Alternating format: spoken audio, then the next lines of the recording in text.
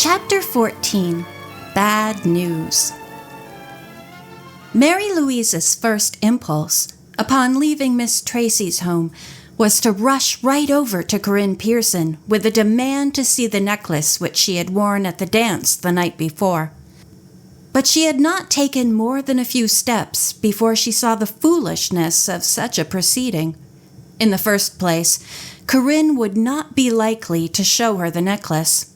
In the second place, Mary Louise could tell nothing by examining it. She wasn't a connoisseur in rubies. It was doubtful whether she could spot a real stone if she saw one. No, nothing was to be gained by a visit to the Pearsons at this time. So instead she directed her course towards home, resolving to discuss the whole affair with her father, if he had returned from his business trip, as her mother had expected. She found him on the porch, reading the Sunday paper and smoking his pipe. He was a big man with a determined chin and fine dark eyes which lighted up with joy at the sight of his daughter. "Mary Louise," he exclaimed, getting up out of his chair and kissing her. "I was so afraid you wouldn't be home to see me." "I just had to see you, Daddy," returned the girl. "I need your help." "Sit down, dear. Your mother tells me that you are engaged in some serious business. I feel very proud of my detective daughter." "I'm afraid I'm not so good after all," she replied sadly. "Now that I'm really up against a hard problem, I don't know which way to turn. I'd like to tell you about it, if you have time." She seated herself in the hammock and took off her hat. It was lovely and cool on the shaded porch after the heat of the riverside streets. "Of course I have time," Mr. Gay assured her. "Begin at the beginning." "I will, Daddy. Only, first of all, you must promise not to tell anybody, except Mother, of course. Miss Grant seems to dread publicity of any kind." "Why?" "The reason she gives is that she firmly believes some member of her own family to be guilty and wants to avoid scandal. But I think there's another, a deeper reason." "And what do you think that is, Mary Lou?" "A desire to keep her possession of a ruby necklace a secret. She kept it hidden in the mattress of her bed and never mentioned it to anybody except one trusted nephew." Mr. Gay wrinkled his brows. "I guess you had better tell me the facts in order, dear." Mary Louise settled herself more comfortably in the hammock and told her story, just as everything had happened. When she finally came to the description of the robbery the previous night and of her own shameful treatment at the hands of the thief, her father cried out in resentment. "Don't tell Mother about my being bound up and put in the closet," she begged. "It would worry her sick." "It worries me sick," announced Mr. Gay. "And I don't want you to spend another night at that dreadful place. In fact, I forbid it." Mary Louise nodded. She had been expecting the command. "Then may I bring Elsie Grant home with me while her aunt is in the hospital?" she asked. "Yes, I suppose so, if your mother is willing." But his consent was rather reluctant. Mary Louise sensed his distrust of the orphan. "Daddy, do you think Elsie is guilty?" she asked immediately. "I don't know what to think. You believe that your intruder was a woman, don't you? Then, if it was a woman in Miss Grant's family, how many possible suspects have you?" Mary Louise checked them off on her fingers. "Old Mrs. Grant, Mrs. Pearson, Corinne Pearson, and Elsie." "Which are most likely to have heard about the necklace?" "Old Mrs. Grant and Elsie, I should say, offhand." "Yes," agreed his daughter. "And I'm sure Mrs. Grace Grant wouldn't steal. Besides, she's too old to get down a ladder." "Hold on a minute," cautioned her father. "You're not sure that your thief got away in that manner. Suppose, as you are inclined to believe, She was at Dark Cedars when you arrived last night, and suppose she did hide in the closet until she thought you were asleep.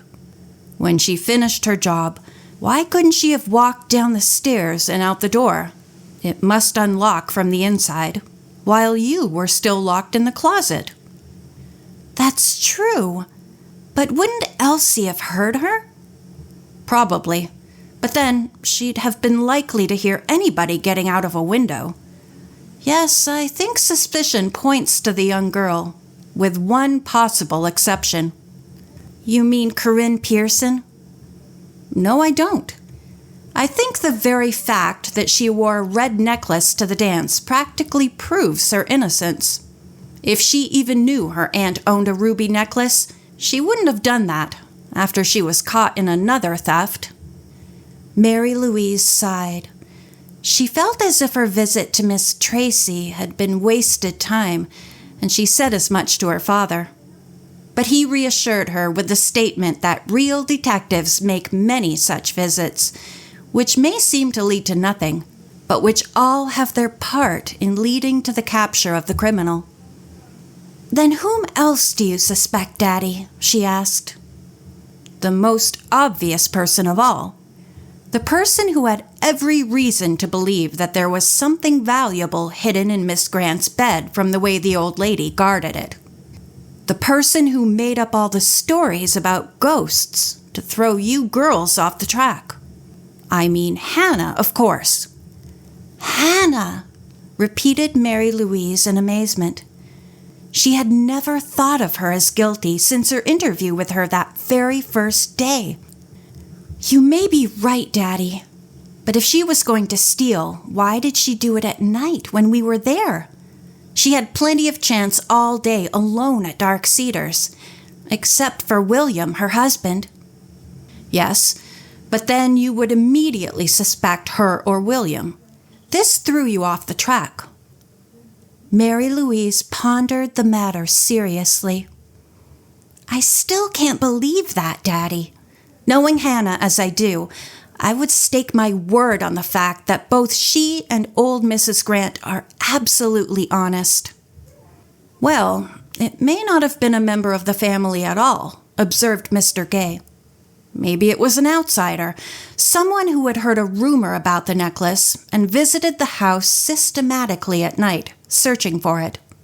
That would account for those strange noises and the disturbances. It might even have been the person who owned the necklace in the first place, who would know, of course, that it was still at Dark Cedars.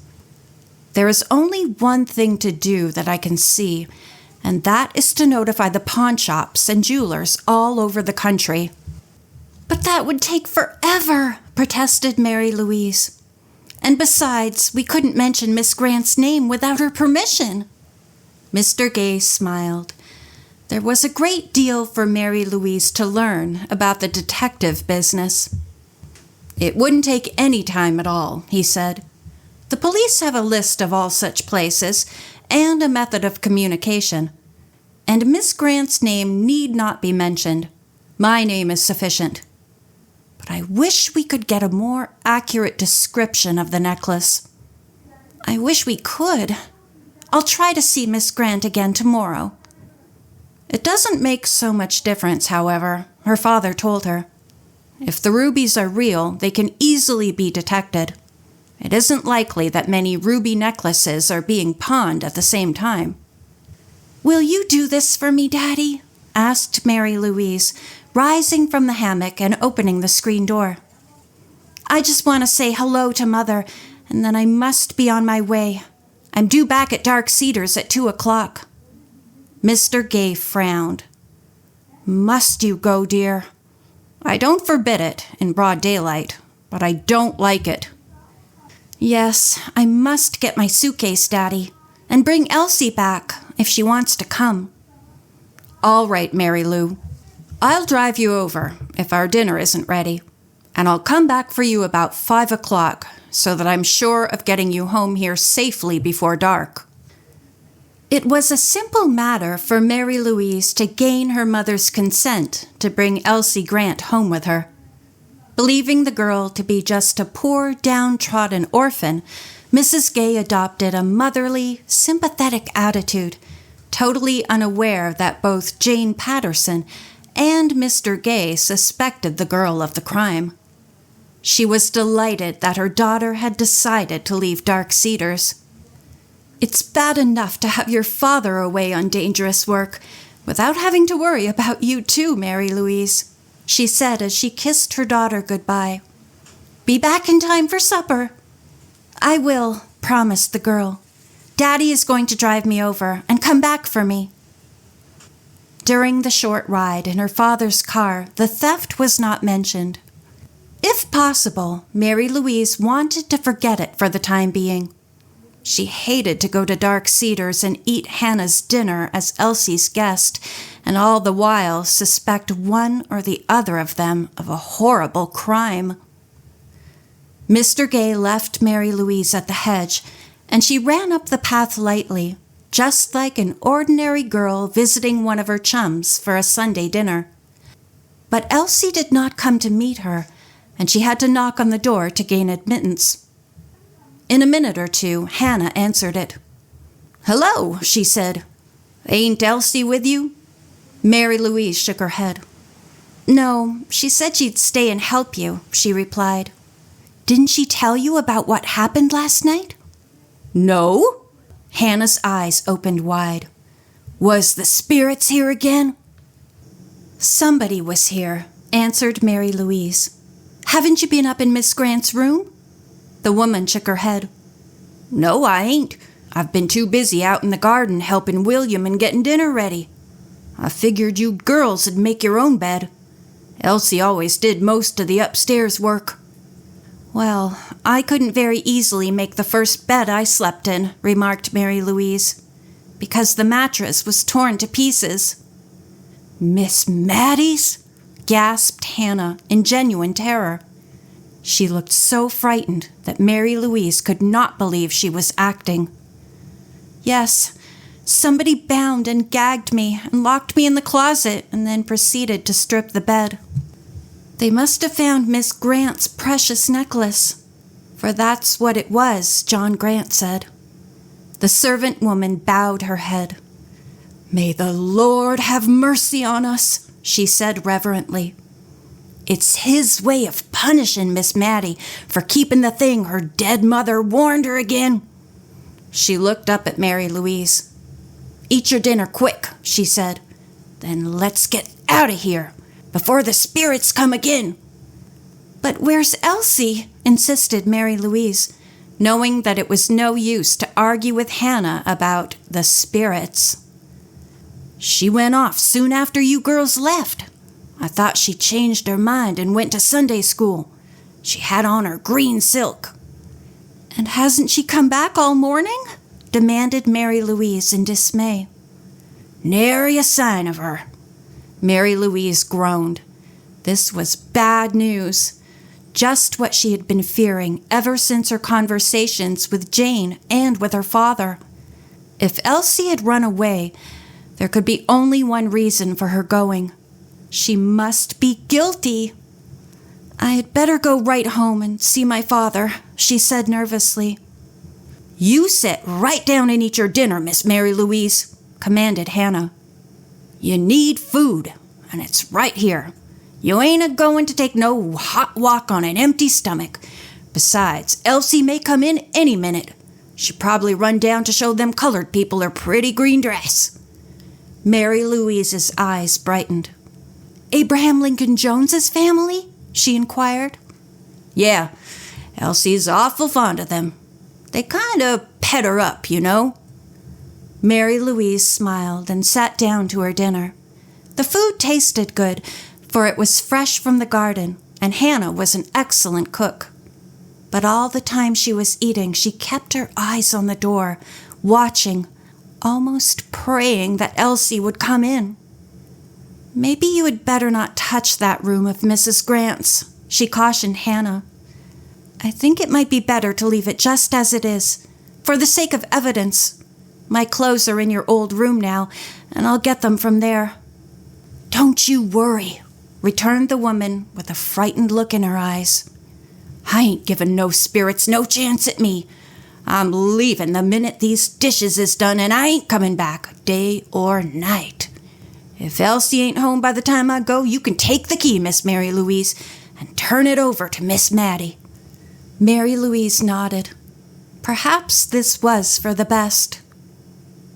"I'll leave my suitcase on the porch while I run down to see the Jones family," she said, as she finished her apple pie. "And you had better clear out the refrigerator and take all the food that is left, because if I find Elsie, I'll take her home with me." "Maybe she's having a chicken dinner with them colored people," returned Hannah, and for the first time since Mary Louise's arrival, she smiled. End of chapter 14.